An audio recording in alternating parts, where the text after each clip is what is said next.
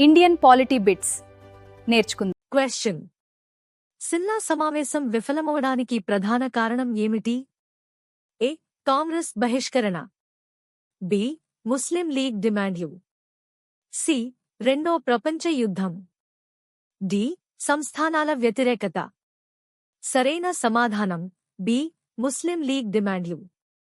వివరణ: ముస్లిం లీగ్ భారతదేశంలోని ముస్లింలకు తామే ఏకైక ప్రతినిధులమని ప్రకటించింది.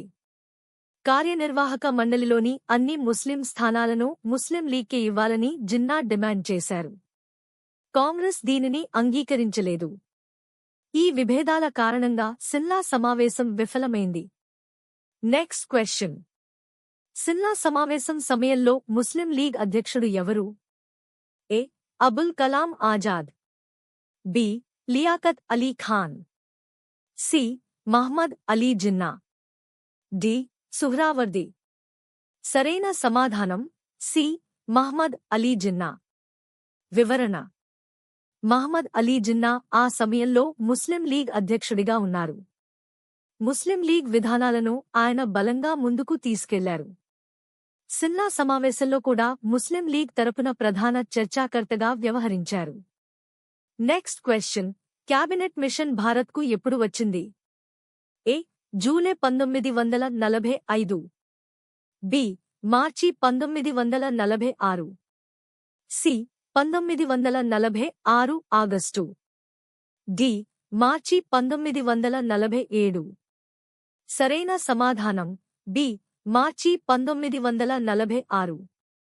వివరణ: భారత సమస్యకు రాజ్యాంగబద్ధ పరిష్కారం కనుగొనడానికి బ్రిటిష్ ప్రభుత్వం 1946 మార్చిలో క్యాబినెట్ మిషన్ను భారత్కు పంపింది. ఇది భారత స్వాతంత్ర్య ప్రక్రియలో అత్యంత ముఖ్యమైన మిషన్గా పరిగణించబడుతుంది. నెక్స్ట్ క్వశ్చన్: క్యాబినెట్ మిషన్ను పంపిన బ్రిటిష్ ప్రధానమంత్రి ఎవరు? A. Churchill. B. Attlee. C. Baldwin. D. MacDonald. సరైన సమాధానం బి. అట్లీ. వివరణ: 1945లో బ్రిటన్లో లేబర్ పార్టీ అధికారంలోకి వచ్చిన తర్వాత క్లెమెంట్ అట్లీ ప్రధానమంత్రిగా బాధ్యతలు చేపట్టారు.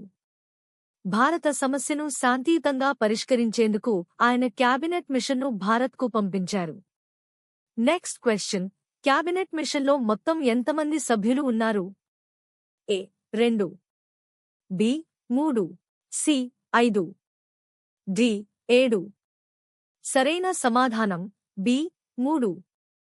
వివరణ: క్యాబినెట్ మిషన్లో 3 బ్రిటిష్ మంత్రులు సభ్యులుగా ఉన్నారు. పెదిక్లారెన్స్, స్టాఫర్డ్ క్రిప్స్ మరియు ఏవి. అలెగ్జాండర్ ఈ మిషన్లో భాగమయ్యారు.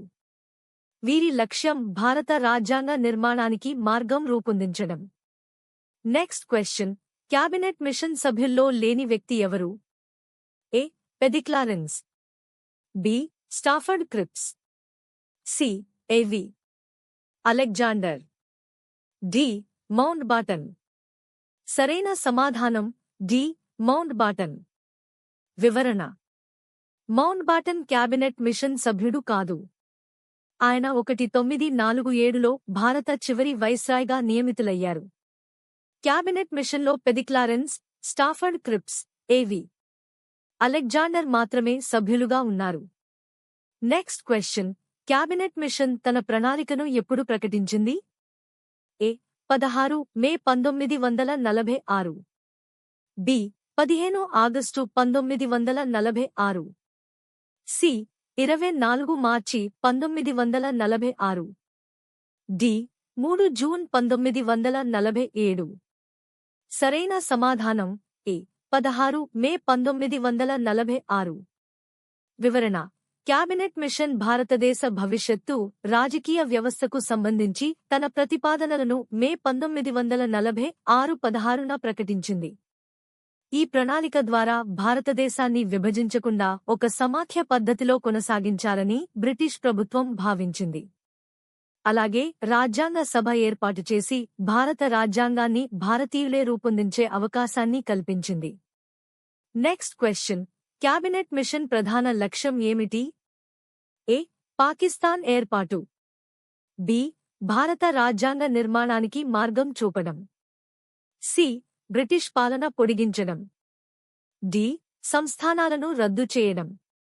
సరైన సమాధానం బి. భారత రాజ్యాంగ నిర్మాణానికి మార్గం చూపడం. వివరణ: భారతదేశానికి అధికార బదిలీ ప్రక్రియను శాంతియుతంగా నిర్వహించడం మరియు కొత్త రాజ్యాంగ నిర్మాణానికి మార్గం చూపడం క్యాబినెట్ మిషన్ ప్రధాన లక్ష్యం. భారతీయులే తమ రాజ్యాంగాన్ని రూపొందించుకోవాలని ఈ మిషన్ ప్రతిపాదించింది. నెక్స్ట్ క్వశ్చన్: క్యాబినెట్ మిషన్ ప్రకారం భారతదేశాన్ని ఎన్ని గ్రూపులుగా విభజించారు? ఏ. 2, బి. 3, సి. 4, డి. 5. సరైన సమాధానం బి. 3. వివరణ: క్యాబినెట్ మిషన్ ప్రణాళిక ప్రకారం బ్రిటిష్ భారతదేశంలోని ప్రావిన్సులను 3 గ్రూపులుగా విభజించాలని ప్రతిపాదించారు. ఈ గ్రూపింగ్ పద్ధతి ద్వారా వివిధ ప్రాంతాల ప్రయోజనాలను కాపాడుతూ సమాఖ్య వ్యవస్థను కొనసాగించాలని లక్ష్యంగా పెట్టుకున్నారు. నెక్స్ట్ క్వశ్చన్: క్యాబినెట్ మిషన్ ప్రతిపాదించిన రాజ్యాంగ సభలో మొత్తం సభ్యుల సంఖ్య ఎంత? ఏ. 296, బి. 389, సి. 250, డి. 500. సరైన సమాధానం బి. 389. వివరణ: రాజ్యాంగ సభలో మొత్తం 389 మంది సభ్యులు ఉండాలని నిర్ణయించారు. వీరిలో బ్రిటిష్ భారత ప్రావిన్సుల ప్రతినిధులు మరియు సంస్థానాల ప్రతినిధులు ఉన్నారు. ఈ సభ భారత రాజ్యాంగాన్ని రూపొందించే బాధ్యతను చేపట్టింది.